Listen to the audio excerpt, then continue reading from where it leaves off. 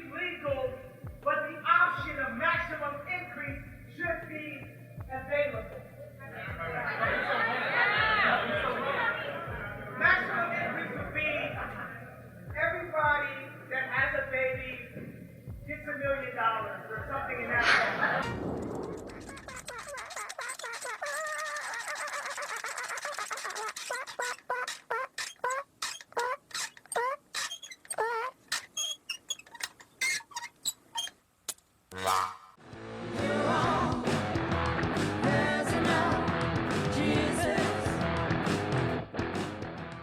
Hello again, everybody. It's Jason Derulo. Was that pretty good? I thought that was kind of shit, but whatever. I'm just joking, of course. It's me, Second Lieutenant McDaniels. Just call me Joker if you like. I don't mind. For the people who are here from the title, I encourage you to stick around because I promise to God everything I'm saying is related to the title. It just might take a while to get there, but we will. Don't worry, okay? Don't worry. We'll get there. We'll make it together. It's all right. Let's hold hands. This video might come off as a bit more rambly than you might be used to because there's a lot I want to talk about in a relatively short amount of time. There's a lot of things that happened in a short period of time about the last couple of days, week or so, that has got me thinking. The first thing was a video Turf Nation made not too long ago about self-reflection. In short, it was a video about what he has learned in the years of being on YouTube. He has reflected on his older content and pointed out many of the flawed arguments he's made in the past, as well as talking about how he felt like he was adopting a toxic attitude that made him feel like he wasn't himself anymore. It's a video I highly encourage you to watch for yourself. I'll be honest, this was a massive curveball I didn't see coming, and I liked every minute of it. It really does warm my heart because criticizing yourself is one of the hardest things to do for most people. Nobody enjoys being criticized, let alone criticizing themselves, but it's something that's so important to learn how to take. You can dish it out all day long. I know I do. But if you can't take it, that makes you a bitch, to put it bluntly.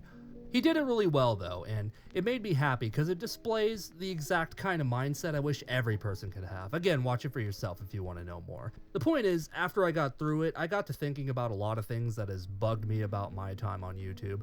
One of the reasons I so very rarely post anymore is mostly because work doesn't allow me the time anymore. But aside from that, I sometimes feel like the shit I did was, well, pointless. I'm just some fuck pretending to be a demonic anime protagonist making jokes at the expense of people I disagree with. It's not original, it's not particularly above average in its execution. Maybe I'm wrong, but that's just how I felt. I mean, this shit is a lot of effort, given what it is. I spend entire days just making one of these videos, and a fair amount of time it's me second-guessing myself and scrapping entire projects. I cannot tell you how many times I've sat in this chair, reading this script, while thinking to myself, what's the point? What are you even doing here? Are you gonna convince anybody you're correct? People are gonna think this way no matter what you argue. You're just a troll. You're Trollina McDaniels. You say things just to piss people off. That's all you do. You know, really silly thought when I think about it, but weirdly, it's enough to compel me to not want to make any content at all. This has been enforced by some of the comments I get on my channel across all of my videos. There's a million different variations of this comment, but it basically says this: all you do is fucking complain. What makes you any better, huh? Bitch, cunt, asshole. You're no better than the people you criticize. What makes you think anybody cares about your irrelevant channel? Only 1.2 thousand subscribers. You're just an asshole who's jealous of everybody who's better than you. And you're fucking wrong and also derivative. I'm not going to explain exactly why you're wrong, but trust me, I'm definitely not typing this comment because I'm salty you made fun of somebody I like. No, seriously, I'm not. I got a comment that went something like that recently, and I won't show you the person's name because I don't want my audience to fight my battles for me. Look, I mean, this comment floored me because on some level, I feel like that about myself. But then I really thought about it and I realized how little sense it made. This commenter, for some reason, is under the impression that I'm against complaining in general. That's the only way his comment makes sense, is criticism. The only problem is, I'm not against complaining. I don't think I've ever said I've had a problem with people just complaining. If I did, well then I don't feel that way. I like complaining. I care about if whether or not I only care if you make good points. I only care if you're making good points against the thing you're complaining about. And if you don't, I point out that it's dumb. That's all I've ever done here. In addition, I love it when they point out that I have a low subscriber count. I can't tell you how many fucking commenters have done this, because that's a big indication that I don't have to take anything they say seriously, because sub count tells you nothing about quality, and it's very easy to turn that back around on you and claim that you're just mad because more people care about my opinion than yours. Seriously, fanboys, stop using this argument. It makes you sound dumb. Anyway, it was the general stupidity of that comment that shook me out of that mindset, and that I'm just another toxic idiot wasting my time bitching about other people. That couldn't be further from the truth, actually. And all of you beautiful subscribers aren't just here just because I don't like the same people you do. That's not the only reason. That's not compelling enough to you to make you want to subscribe. You subscribe because there's something you like about me as a person. There's more to me that you enjoy seeing that other creators don't have. And after I realized that, I feel a lot better. Is what I'm doing really pointless just because I'm not changing anybody's mind? Well, so what? I enjoy what I do, and clearly a lot of other people do as well. Isn't that all what really matters in the end? I mean, come on. This is fucking YouTube. It's fucking social media. It's not worth getting super upset over. Or is it? Dun dun dun. Now let's tie all this shit together before people call this video clickbait. Alex Jones is somebody who needs no introduction. You know this guy whether you ever wanted to or not. Our humble brain pill salesman has just lost a multi-million-dollar lawsuit, I think billion-dollar, but I don't know, multi-million-dollar lawsuit that was filed against him because he accused several families of the Sandy Hook massacre that they were paid actors and the shooting was just a hoax to drum up support for some non-specific gun control law. Yeah, it turns out those paid crisis actors were actually real people after all. It's been proven beyond reasonable doubt that Alex Jones is responsible for the parents being harassed by his brain-dead sheep followers. And Kanye West, of course, aka Yeezy, aka Yeezus, aka Closed on Sunday You My Chick-fil-A, aka Yee. Someone told me that that's his real legal name now. I have no idea if that's true or not, but that would be the least ridiculous thing he's done, honestly.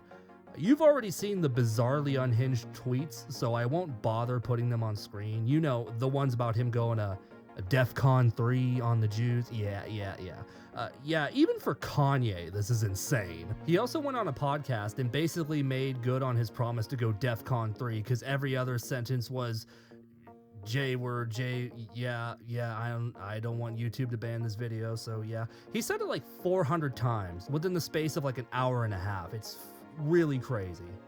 People are weirdly shocked that Kanye West would say some stupid shit like this, but I'm sitting here like, have you guys been paying attention to Kanye for the past couple of years? This is only slightly crazier than what he's usually done. I mean, we are talking about the same Kanye who begged Mark Zuckerberg on Twitter, who begged Mark Zuckerberg and other billionaires for money to fund his music videos, with lovely quotes about how building a school in Africa won't make a difference, but giving him $1 billion will. The same man who admitted to being $53 million in personal debt. Wait, hold on there, Kanye. I got a nice timeshare investment you might like. In the pits of hell. Yeah, this is the same dude who thought it was a good idea to get up on stage in front of a bunch of potential voters and say that Harriet Tubman didn't actually free the slaves, but gave them to other white people. No, I shit you not. Well, Harriet Tubman never actually freed the slaves. She just had the slaves go work for other white people. Y'all, we leaving right now. That's a nice argument, Senator. Why don't you back it up with a source? My source is that I made it the fuck up. Which is, one, not even true, and two, an extremely stupid thing to say to a political rally that's made to convince the public they should vote for you. And you thought the White Lives Matter shit was the most racist thing he's done. Truth is, Kanye West was always the real-life Uncle Ruckus from the Boondocks. Anybody remember the Boondocks? I mean, I do, clearly, yeah. While I'm talking about it, just one more thing. One thing I'm sick of hearing concerning Kanye is people blaming his behavior on the fact that he's mentally ill. Look, yeah, I know. He's been diagnosed with bipolar syndrome. I get it. My ex-girlfriend had severe bipolar syndrome, and so does my 36-year-old half-sister. Neither of them are openly racist idiots who make asses of themselves in public constantly. The problem is not that he's mentally ill. He's mentally ill and also a jackass. It's just damaging for everybody else who has mental issues being compared to Kanye. Mental illness is not some broad issue you can use to excuse someone saying shit this offensive and stupid. But I digress. This brings me quite nicely to the quintessential point of this video. So, Kanye, Alex Jones, and harmless opinions, quote-unquote harmless opinions. What do all of these things have in common? A lot more than you realize. Harmless opinions is in quotation marks, obviously, because I believe there's no such thing as a harmless opinion. Now, obviously, if you prefer Orange Fanta over Dr. Pepper, this isn't an opinion that'll sink the entire economy anytime soon. But allow me to explain. I say that as if you have a choice in the matter, but you don't. Haha, sucks to be you. But anyway, look at it this way. Alex Jones is, for lack of a better term, fucking nuts. Dude believes wacky shit. No matter how much quote-unquote evidence he has for what he says, it's still, at the end of the day, just an opinion. But as evidenced in this court case, Alex Jones is far from the only person who thinks like this. Not only that, but his words sparked violent tendencies in other people who felt like they were personally in danger because of the narrative Alex has provided. Same goes for Kanye. He's espousing fiery opinions he may or may not even believe. Doesn't matter if he does or not, the result will be the same. Kanye is a huge figure in America, and so is Alex Jones in a way. But, yeah. As a result, the things he says becomes headlines, and when he makes headlines, whatever he says becomes mainstream, to a degree. Whether or not the public condones or condemns him, it doesn't matter. Whatever he says is going to be debated, and therefore given credence solely from the fact that it's being discussed at all. And whenever I bring up stuff like this, I always get at least one response that goes a little something like this. Well, now listen here. I don't agree with anyone who says things like this, but it's my firm belief that in order for us to have a functional society, we must allow all opinions in the free marketplace of ideas. If we're not allowed to freely express ideas, then we are not in a free society. That's my best Professor Frank impression. I hope you enjoyed that. It probably wasn't like that, but I don't care. Whatever. Oh, my poor little summer child. There's a lot of issues with what you just said, but before I tell you that, I'll have you know that I used to agree with you 100%. A few years ago, I would have taken your side without question. But here's why I don't anymore. See, you mentioned that you don't agree with what he says, but also I should give credence to his point of view because every idea should be welcome. Well, hate to sound blunt, but what if his ideas are just garbage? You know, you don't honestly believe that all opinions are worthy of respect, do you? No, because that's not how respect works. Respect is something you earn by doing some due diligence, engaging with the subject honestly, and with no obvious bias clouding your judgment. You're gonna look me in the eye and tell me I have to respect that opinion equally as much as an obviously hate-fueled, logically inconsistent, I read it on a Daily Wire article once, so therefore it's true type opinion? Well, why should we? What do we gain from that? Honestly, what do we gain from interactions from people who just make up absurd bullshit and simply double down with no semblance of logic behind it? Ah, but wait, I can already predict a retort coming. But the free marketplace of ideas is where these ideas are meant to be debated. How are we supposed to know what the truth is if we don't have absolute freedom of speech? I have a question for you.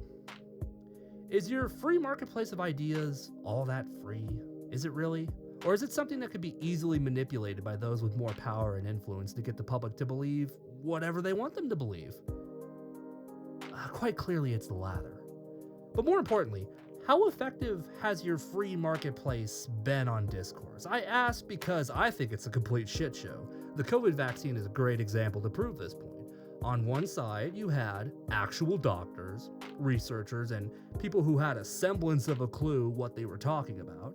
And And on the other side, you had 45-year-old soccer moms who never touched a science book in their life posting conspiracy theory clickbait bullshit that proves the COVID vaccine will melt all of your organs and turn your body into silly putty, or something equally ridiculous.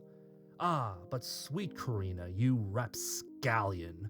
People have common sense. They wouldn't just believe anything they hear. That's why we need debate and discourse. Really now, people don't just believe anything they hear? Sure, not always, but do people always think 100% rationally? Are you telling me nobody has any opinions based on emotions and not rationality? If that was true, well then explain to me why flat earthers still exist.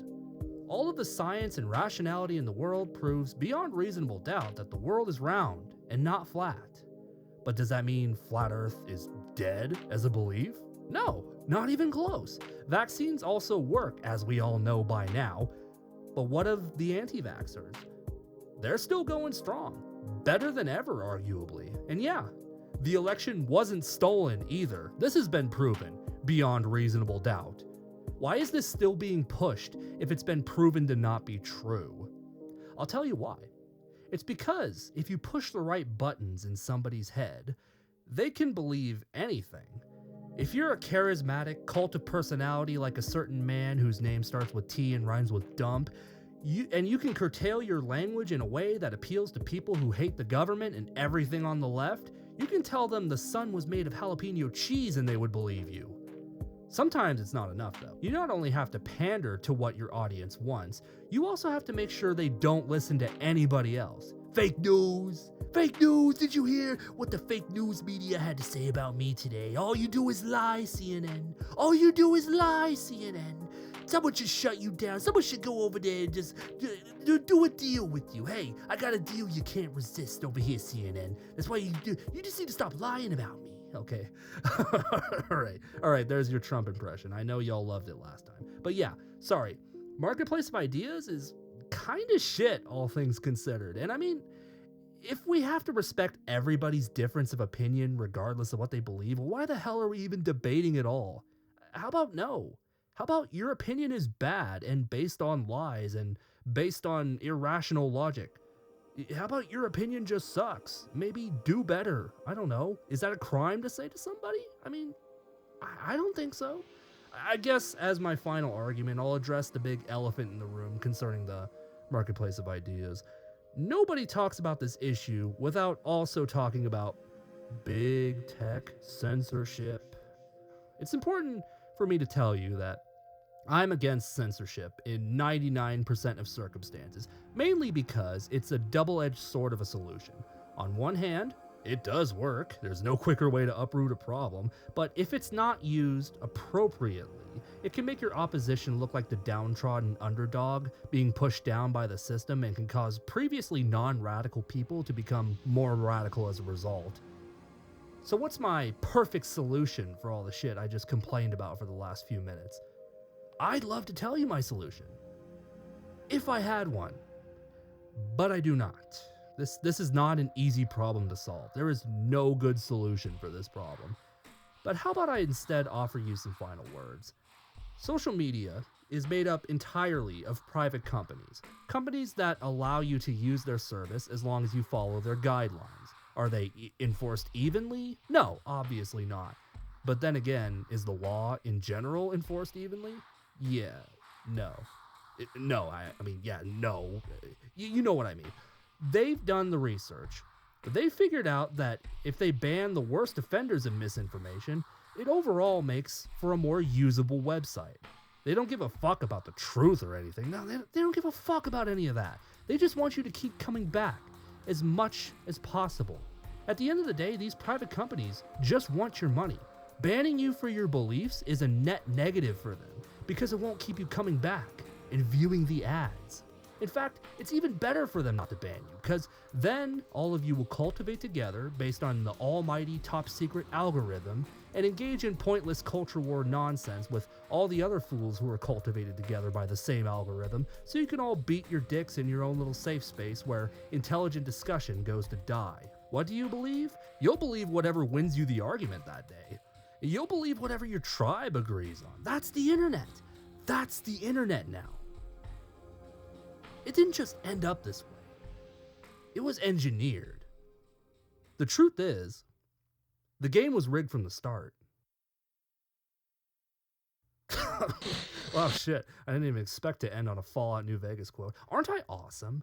Aren't I so smart and funny and right about everything? You should subscribe to me for more fabulous Fortnite content. Like this video now or I'll light your bed on fire when you're asleep tonight.